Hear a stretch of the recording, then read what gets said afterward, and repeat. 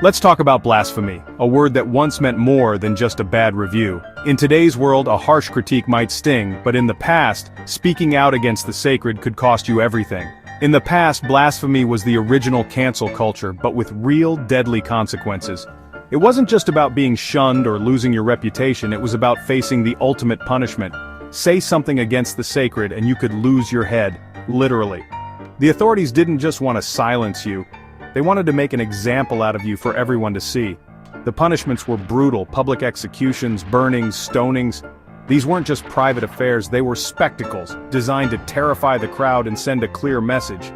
Even having your tongue cut out was on the table. The goal was to erase dissent, to make sure no one else dared to speak out. These punishments weren't just about protecting faith, they were about protecting power. Rulers and religious leaders used blasphemy laws as weapons to keep their grip on society. Kings and priests used blasphemy laws to silence critics and crush dissent. Anyone who questioned their authority became a target. If you questioned doctrine, science, or the king's divine right, blasphemy. Even new ideas or discoveries could be seen as threats to the established order. The threat was so severe, most people kept their thoughts to themselves. Fear of punishment kept society in line, and innovation was stifled. It was a system designed to make certain beliefs untouchable, enforced by fear and violence. The message was clear: challenge the status quo and you risk everything. The real target wasn't God's feelings, it was anyone who dared to challenge authority.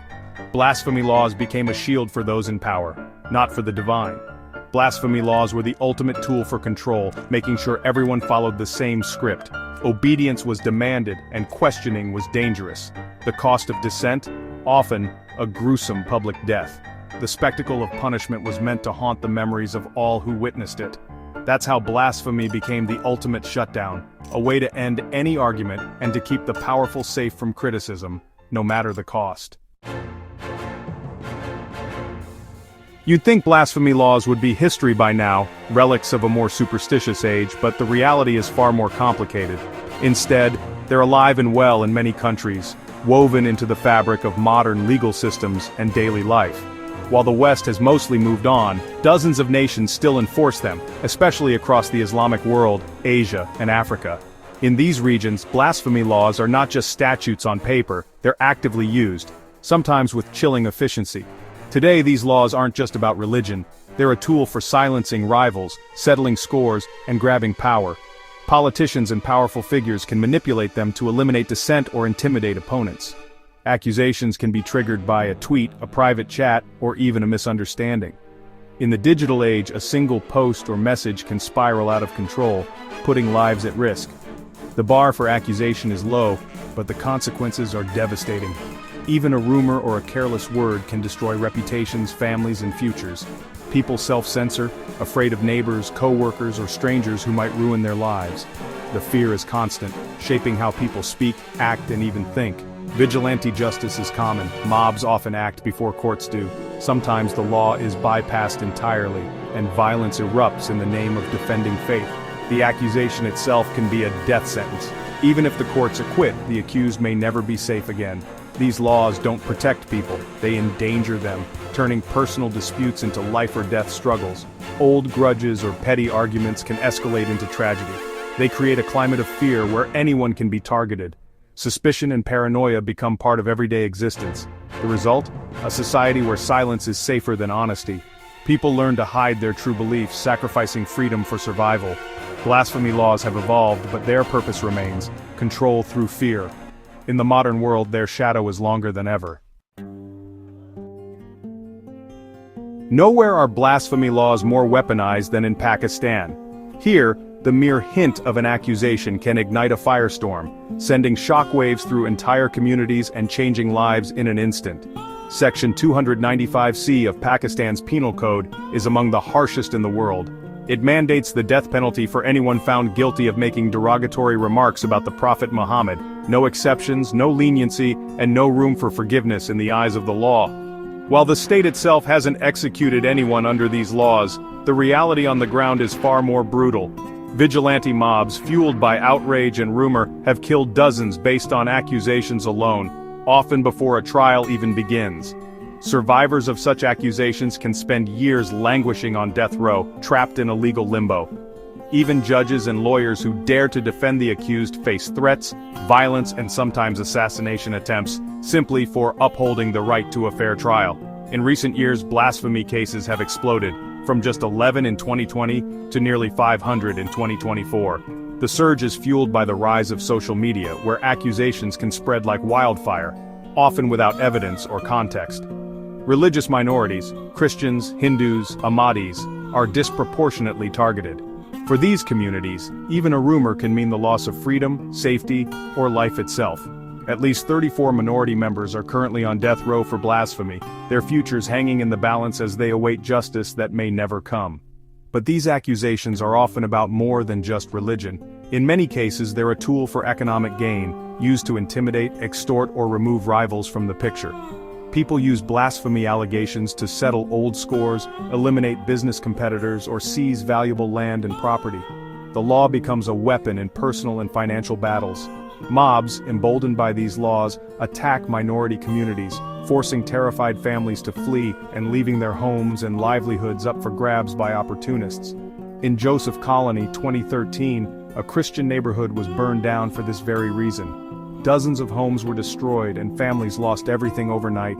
Blasphemy laws have become a convenient cover for greed and corruption, turning faith into a weapon for profit and power. The original intent of protecting religious sentiment has been twisted beyond recognition. In this system, it's the accusation, not the truth, that holds the most power. Justice is often left behind as the cycle of fear and exploitation continues to grow. In the digital age, blasphemy accusations have moved online and become even more dangerous. Social media is now the battleground, where a single comment or doctored image can destroy lives. Organized groups entrap people online, then extort them with threats of blasphemy charges. One group was behind 90% of blasphemy cases registered with Pakistan's Federal Investigation Agency since 2021. Police often fail to protect victims, or even collude with accusers.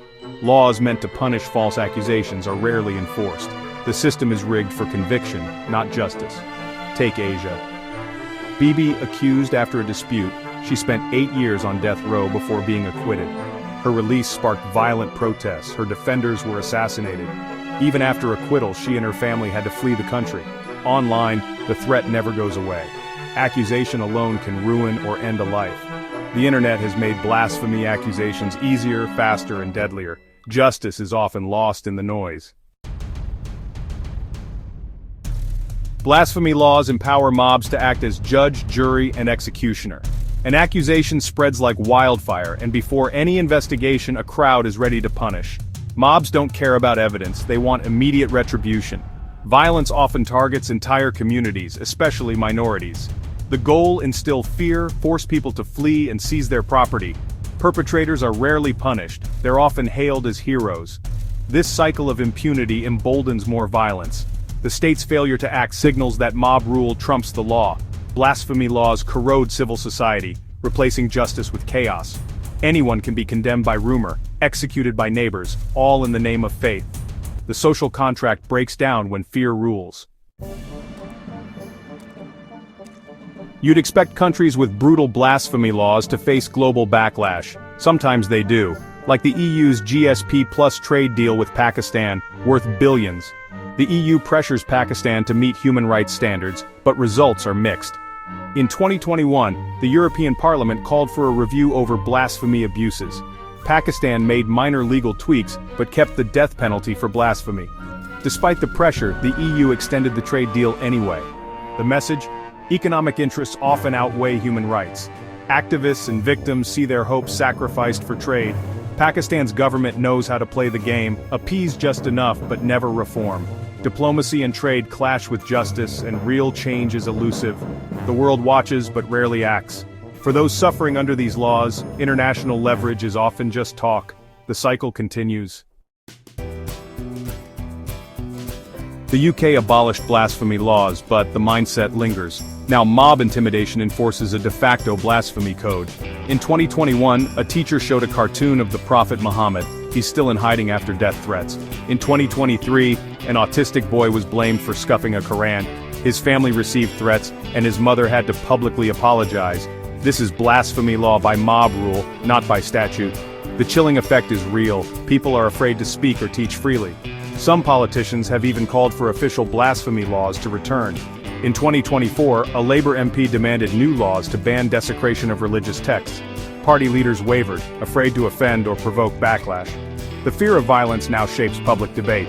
The UK struggle shows that abolishing a law doesn't erase the fear or the pressure to conform. Free expression is still under threat, just in new ways. The battle isn't over. The real danger of blasphemy laws is the silence they create. People self-censor, artists, writers, comedians, teachers, all avoid dangerous topics. This chilling effect stifles debate, creativity, and progress. Societies become sterile, valuing conformity over truth. Ironically, these laws are often justified as protecting minorities, but they're used to silence dissent within communities. Fundamentalist leaders weaponize blasphemy taboos to control their own. Reformers and dissenters are the first targets. The film was pulled after protests, not protecting minorities but silencing them. Blasphemy rules aren't about safety, they're about power. They enforce a single worldview, crushing diversity of thought. The cost is a society afraid to question or change. The fight against blasphemy laws is a fight for free expression. No idea, political, scientific, or religious, should be above questioning. Free speech means the right to offend, criticize, and even blaspheme. International law is clear. Death for blasphemy violates basic human rights. These laws create a hierarchy of beliefs, stifling progress and debate. Strong beliefs don't need legal protection from criticism. Blasphemy laws reveal insecurity, not faith. Whether enforced by law or mob, they threaten freedom everywhere. The ability to question is the engine of progress and the safeguard against tyranny. A truly free society